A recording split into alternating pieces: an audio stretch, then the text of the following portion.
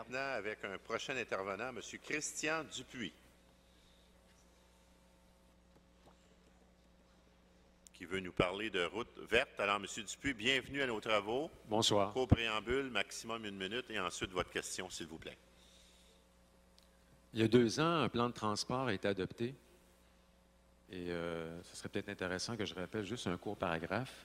Il est dit: ce projet consiste, en parlant de l'implantation de la première véloroute à Montréal, ce projet consiste à réhabiliter l'emprise ferroviaire actuelle du CP qui traverse l'île de Montréal de la rivière des Prairies jusqu'au fleuve Saint-Laurent. Une partie de cette emprise pourrait être transformée en véritable parc linéaire urbain, où les cyclistes occuperaient une place de choix. Dans le document, je ne vois aucun échéancier, aucune étape qui indique une véritable volonté politique de la ville et ou de l'agglomération, je ne saurais dire. À quoi doit-on s'attendre dans les prochains mois, dans la prochaine année, quant à la réalisation de ce projet qui est structurant, évidemment, non seulement pour la Ville de Montréal, mais évidemment pour les cyclistes dont je suis, pour les arrondissements qui suivent le parcours. Alors, est-ce qu'il y a une personne qui porte le dossier à l'heure actuelle à la Ville et qui pourrait me répondre là-dessus? Dans un premier temps, si c'était le premier volet. Oui. Et le deuxième volet, toujours sur la réalisation de cette véloroute. Additionnel, je vais vous reconnaître. Non, c'est pas un additionnel, c'est sur cette...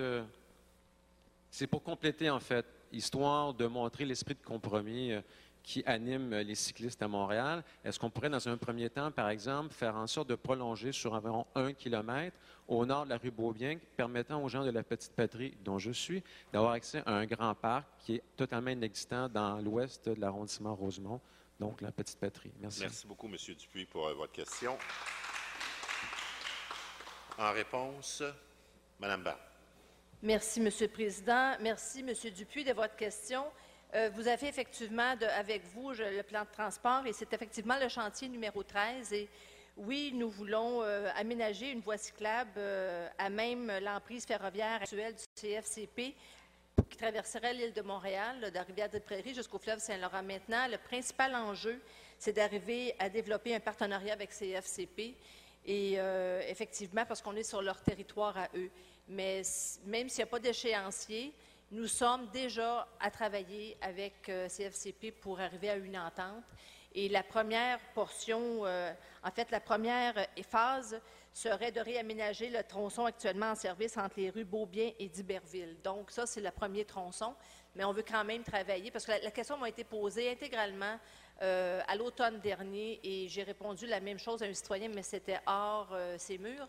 Et j'ai dit, écoutez, c'est pas simple, c'est plutôt complexe de négocier avec les voies de route ferroviaires, mais c'est quelque chose qu'on veut parce qu'on veut réellement relier le nord et le sud à traversant l'île de Montréal et on veut même intégrer cette voie cyclable-là dans la route verte.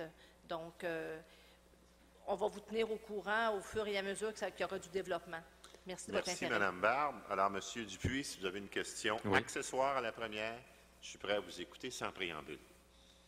Il n'y a pas de préambule, lieu de culte, il y a création de toutes sortes de types de lieux dits de culte et souvent sous une dénomination communautaire parce que ça passe plus facilement dans les règlements. Bon, mais de là à dire l'heure est grave et on va décréter un moratoire d'urgence pour stopper l'évolution de ce phénomène, je crois que c'est prématuré. On va faire le travail à tête reposée de manière ordonnée. Merci, M. Bergeron, et merci à M. Paquin également.